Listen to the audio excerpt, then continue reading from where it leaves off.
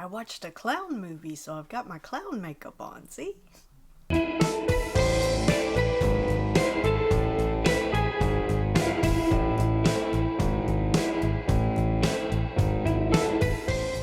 I watched The Clown at Midnight from 1998.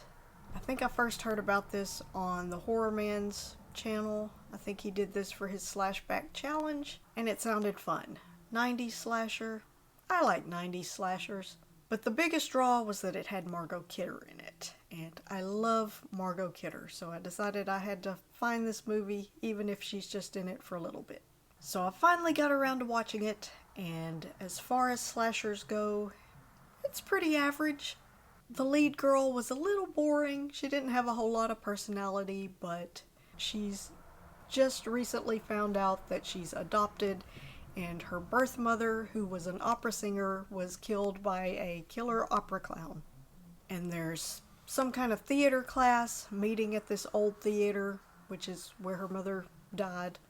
And it's being restored to be used by the school theater department. And so they're there over Christmas break to clean it up. There wasn't really anything Christmassy in this movie, other than I think they mentioned it was over Christmas break. And there was also a little snow on the ground. Anyway, a killer opera clown starts killing everybody one by one. The theater teacher, Miss Gibby, is played by Margot Kidder, and she is fantastic. She showed up wearing a tie, and my heart leapt. More women should wear ties, I'm just saying. And then you've also got Christopher Plummer as the former owner of the theater. And then you've got all the stereotypical slasher characters. You've got the jock, played by Ryan Biddle, who I knew from Sweet Valley High, the 90s TV series. Love him. The rich bitch, who was really unbelievably awful. The spunky gay guy, obviously he was fun. The outcast bad boy type. He smokes, he drives a hearse, he has a pet snake. He's really into movies and special effects makeup. So he was pretty cool. He's played by James Duval, who I knew from Donnie Darko and Independence Day. There's kind of a theater geek girl. I liked her. I think her nickname was Walnut. That's cool. And then the main girl's best friend is played by Tatiana Ali, and she's really into fashion and costume design. Quick side note, when I saw her name, I got really excited, but then I realized I was thinking of Tatiana Maslany from Orphan Black and the new She-Hulk, which I haven't actually watched, so.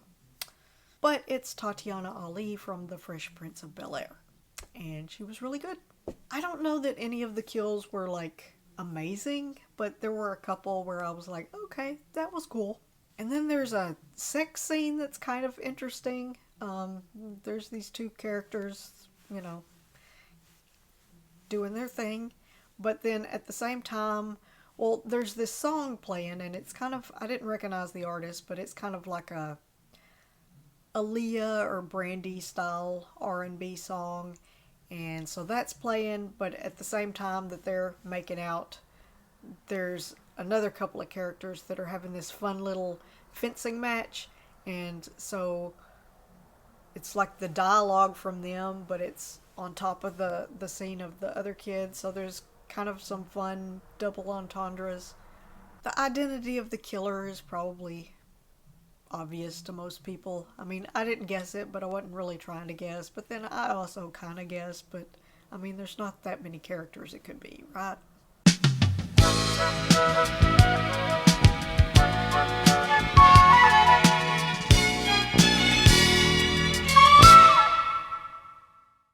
I will rate this 7.5 killer opera clowns out of 10. Like I said, it was a pretty average slasher, but I kind of feel like it might grow on me. I did really like the cast, and I like 90s movies in general. So Margot Kidder was absolutely fantastic and made watching the whole thing worth it just to see her parts, at least for me. Anyway, until next time, yeah, cheers, thanks a lot.